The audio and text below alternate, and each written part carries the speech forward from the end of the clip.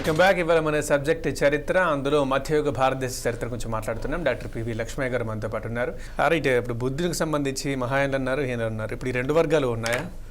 ఇప్పుడు బుద్ధుడు చనిపోయిన తర్వాత ఏం జరిగిందని అంటే, బుద్ధుడిని దేవుడు అన్నటువంటిది ఒక వర్గం అయితే, బుద్ధుడు దేవుడు కాదు మనిషి అన్నటువంటిది ఇంకొక వర్గం. రెండవ బౌద్ధ సంగీతలో ఈ చిన్న చిన్న గొడవలు అనేటువంటివి జరగటం మొదలెట్టింది. సో అలా కొద్దిగా విడిపోయినట్టుగా ఉన్నారు. మూడవ బౌద్ధ సంగీతలో గొడవలు జరిగాయి కానీ పూర్తిగా విడిపోయినటువంటి పరిస్థితి.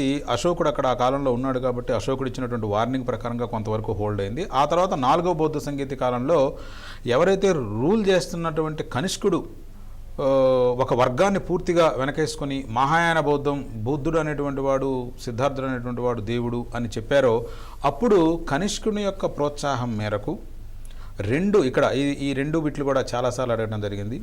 కనిష్కుడు ఎప్పుడైతే సపోర్ట్ చేశాడో, బుద్ధుడిని దేవుడుగా చూడటం మొదలెట్టాడో, ఆ దేవుడికి విగ్రహాలు అనేటువంటివి చేయించడం మొదలుపెట్టారు. దీంట్లో రెండు శిల్పకళలు వచ్చాయి మనకి. నార్త్ వెస్ట్ అంటే మనకి వాయువ్య భారతదేశంలో ఉన్నటువంటిది ఒకటి ఏంటంటే గాంధార శిల్పకళ అంటాము. అట్లానే రెండవది ఏంటంటే మన ఉత్తరప్రదేశ్లో ఉన్నటువంటి మధురావ ప్రాంతంలో వచ్చింది కాబట్టి దాన్ని మధురా శిల్పకళ అని కూడా అనటం జరుగుతూ ఉంది. సో ఇక్కడ గాంధార శిల్పకళ, మధురా శిల్పకళ ఈ రెండు కూడాను ముఖ్యంగా మహాయాన బౌద్ధ మతానికి సంబంధించినటువంటి శిల్పకళలు. ఆ తర్వాత కింద అమరావతిలో ఉన్నటువంటి శిల్పకళని జనరల్గా హీనయాన శిల్పకళగా మనం, ఎందుకంటే బుద్ధుడి యొక్క సింబల్స్ ఏవైతే ఉంటాయో ఆ సింబల్స్ని పూజించడం అనేటువంటిది జరుగుతూ ఉంది కాబట్టి అది అమరావతి శిల్పకళ. సో బౌద్ధ మతానికి సంబంధించి అటు గాంధార శిల్పకళ, మధురా శిల్పకళ, తర్వాత అమరావతి శిల్పకళ. సో ఇక్కడ మనం గుర్తుంచుకోవాల్సిన విషయం ఏంటంటే, ఈ విగ్రహారాధన అనేటువంటి కాన్సెప్ట్ బుద్ధిజంలో మొట్టమొదటిగా ప్రారంభమైంది అని చెప్పి మనకి చారిత్రక గ్రంథాలు చెప్తూ ఉన్నాయి. అయితే ఈ ఇన్స్క్రిప్షన్ ఏదైతే నేను చెప్తున్నానో, హతిగుంప ఇన్స్క్రిప్షన్ అనేటువంటిది కళింగ కారవేలుడు వేయించినటువంటి ఇన్స్క్రిప్షన్ చెప్తున్న విషయం ఏంటంటే, జైన మతంలో కూడా విగ్రహాలు ఉన్నాయి. ఆ విగ్రహాలని మహాపద్మనందుడు అనేటువంటి వాడు పట్టుకుని వెళ్ళిపోయాడు. ఆ విగ్రహాలను మళ్ళా నేను తిరిగి మన కళింగ ప్రాంతానికి తీసుకొచ్చాను అని చెప్పి కళింగ కారవేలుడు చెప్పడం అనేటువంటిది జరిగినందువల్ల జైన మతంలో కూడా విగ్రహారాధన అనేటువంటిది పూర్వకాలం నుంచే ఉంది అన్నటువంటి విషయం మనకి ఈ ఒక్క ఇన్స్క్రిప్షన్ ద్వారా, ఈ శాసనం ద్వారా మనకు తెలుస్తుంది. అట్లానే ఈ ప్రశస్తి గురించి మనం మాట్లాడుకునేటప్పుడు ఇంకొక రెండు ప్రధానమైనటువంటి ప్రశస్తులు మనకి ఈ ప్రాచీన మధ్యయుగ భారతదేశం మధ్యలో మనకి రెండు వస్తాయి. ఆ రెండు శాసనాలు ఏంటంటే, ఒకటి ఐహోల్ శాసనము, రవికీర్తి రచించినటువంటిది, చాలాసార్లు అడిగినటువంటి బిక్తు. ఐహోల్ శాసనాన్ని రచించినది ఎవరు అని అంటే రవికీర్తి. అది ఏ రాజుకు సంబంధించింది అంటే పులకేశి II అనేటువంటి వ్యక్తికి సంబంధించింది. అట్లానే అలహాబాద్ ప్రశస్తి అనేటువంటిది ఏ రాజుకు సంబంధించింది అంటే సముద్రగుప్తుడికి సంబంధించినది. సో ఈ రెండు శాసనాల గురించి మరలా నేను ఇంకొక సందర్భంలో మాట్లాడతాను. ఈ ప్రశస్తుల గురించి మనం మాట్లాడుకున్న తర్వాత నేను మహాపద్మనందుని గురించి చెప్తూ ఉన్నాను. వాస్తవంగా ఈ అంటే ఉత్తర భారతదేశం అనేటువంటిది ఒక గొడుగు కిందకి ఎప్పుడు వచ్చింది, ఎప్పుడు విడిపోయింది అనేటువంటిది మనము అర్థం చేసుకోవాల్సినటువంటి అవసరం ఉంది. ఇక్కడ ఈ మహాపద్మనందుడు ఉత్తర భారతదేశం మొత్తాన్ని చేసి ఒరిస్సాను కూడా ఆక్రమించుకున్నారని ఈ హతిగుంప శాసనం ద్వారా మనకు తెలుస్తూ ఉంది. మహాపద్మనందుడు తర్వాత వచ్చినటువంటి వాడు ధననందుడు. ఆ ధననందుడిని ఓడించేసి మౌర్య సామ్రాజ్యాన్ని స్థాపించినటువంటి వ్యక్తే చంద్రగుప్త మౌర్యుడు. ఆ చంద్రగుప్త మౌర్యుడు అనేటువంటి వ్యక్తి మగధలో రాజుగా అయినప్పుడు ఉత్తర భారతదేశంతో పాటు దక్షిణ భారతదేశం కూడా మౌర్యుల యొక్క కంట్రోల్లో ఉంది అనడానికి మరలా జైనమత గ్రంథాలు సాక్ష్యాలుగా ఉన్నాయి. ఇక్కడ జైనమత గ్రంథాలు ఏ రకంగా సాక్ష్యాలుగా ఉన్నాయనంటే, చంద్రగుప్త మౌర్యుడు అనేటువంటి వ్యక్తి జైన మతంలో ఉన్నటువంటి సారాన్ని గ్రహించి జైన మతాన్ని ఆచరించి, జైన మతంలో ఇంత మునుపు నేను చెప్పాను, నేను జైన మతంలో ఎవరికైనా సరే మోక్షం వస్తుంది. ఎవరికి మోక్షం వస్తుంది అని అంటే, నువ్వు అహింస అనేటువంటి దాన్ని పాటించాలి. అట్లానే సల్లేఖన వ్రతాన్ని చేపట్టాలి. సల్లేఖన వ్రతం అంటే ఫాస్టింగ్ అంటూ డెత్ అంటాం. అంటే ఇక ఒక రకంగా అది తినకుండా చనిపోయేటువంటి కార్యక్రమం అనమాట, ఫాస్టింగ్ అంటూ డెత్.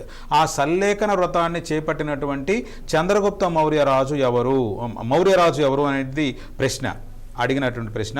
దానికి ఆన్సరు చంద్రగుప్త మౌర్యుడు. ఆయన ఎక్కడ చనిపోయాడనంటే, ఉత్తర భారతదేశంలో మగధను పరిపాలన చేస్తున్న, మగధ అంటే మీ అందరికీ తెలిసిందే బీహారు. ఆ బీహారు నుంచి దక్షిణ భారతదేశంలో ఉన్నటువంటి మైసూరు వరకు వచ్చి, మైసూరు దగ్గరలో ఉన్నటువంటి శ్రావణ బెలగొల అనేటువంటి ప్రాంతంలో సల్లేఖన వ్రతాన్ని ఆచరించి చనిపోయినటువంటి వ్యక్తి. ఒక రాజు ఈ ప్రాంతానికి ఎందుకు వచ్చాడనంటే, ఈ ప్రాంతం కూడా అతని అండర్లోనే ఉంది, ఈ ప్రాంతం కూడా తను పాలిస్తున్నాడు కాబట్టి ఈ ప్రాంతానికి వచ్చాడు. దక్షిణ భారతదేశం వాళ్ళ యొక్క అండర్లో ఉంది అనడానికి ఈ జైనమత గ్రంథం అనేటువంటిది నిదర్శనంగా ఉంది. అట్లానే ఆ తర్వాత చంద్రగుప్త మౌర్యుడు యొక్క కొడుకైనటువంటి బిందుసారుడు, ఇక్కడ కన్ఫ్యూజన్ అయ్యేటువంటి అవకాశం ఉంది, మనం గుర్తుంచుకోవాలి. చంద్రగుప్త మౌర్యుడు యొక్క కొడుకు పేరు ఏంటంటే బిందుసారుడు, BINDU, బిందుసారుడు. ఇంకొక హర్యాంక వంశస్థుల్లో బింబిసారుడు ఉన్నాడు. బింబి, అక్కడ బి ఫస్ట్ వస్తుంది. మొదటగా మీకు మగధను పరిపాలించిన రాజుల యొక్క మీరు చరిత్రను కనుక చూసినట్టయితే హర్యాంక వంశస్థం, శిశునాగ వంశస్థం, తర్వాత నందులు, తర్వాత మౌర్యులు వస్తారు. ఆ తర్వాత వచ్చిన మౌర్యుల్లో ఉన్నటువంటి చంద్రగుప్త మౌర్యుడు యొక్క కొడుకే ఈ బిందుసారుడు. అంటే డి అనేటువంటిది తర్వాత వచ్చేది, బి అనేటువంటిది ముందు వచ్చేది. ఈ విధంగా మీరు కన్ఫ్యూజన్, అక్కడ బిట్టు ఖచ్చితంగా బిందుసారుడు మీదనో బింబిసారుడు మీద ఇస్తాడు. స్టూడెంట్ ఎప్పుడు కన్ఫ్యూజన్ అవుతూ ఉంటాడు, వీళ్ళిద్దరు ఎవరు అనేటువంటిది. కాబట్టి బింబి అనేటువంటి వ్యక్తి హర్యాంక వంశస్థుల్లో వస్తాడు.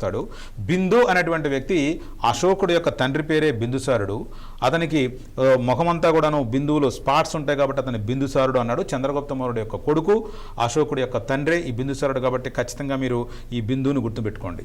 ఇక్కడ బిందుసారుడు రూల్ చేసినప్పుడు దక్షిణ భారతదేశం మొత్తంతో పాటు ఒక కళింగ అనేటువంటి ప్రాంతం తప్ప మిగిలిన భారతదేశం మొత్తం కూడాను భారతీయ ఉపఖండం అనొచ్చు, మొత్తం అతని అండర్లో ఉన్నటువంటి పరిస్థితి ఉంది.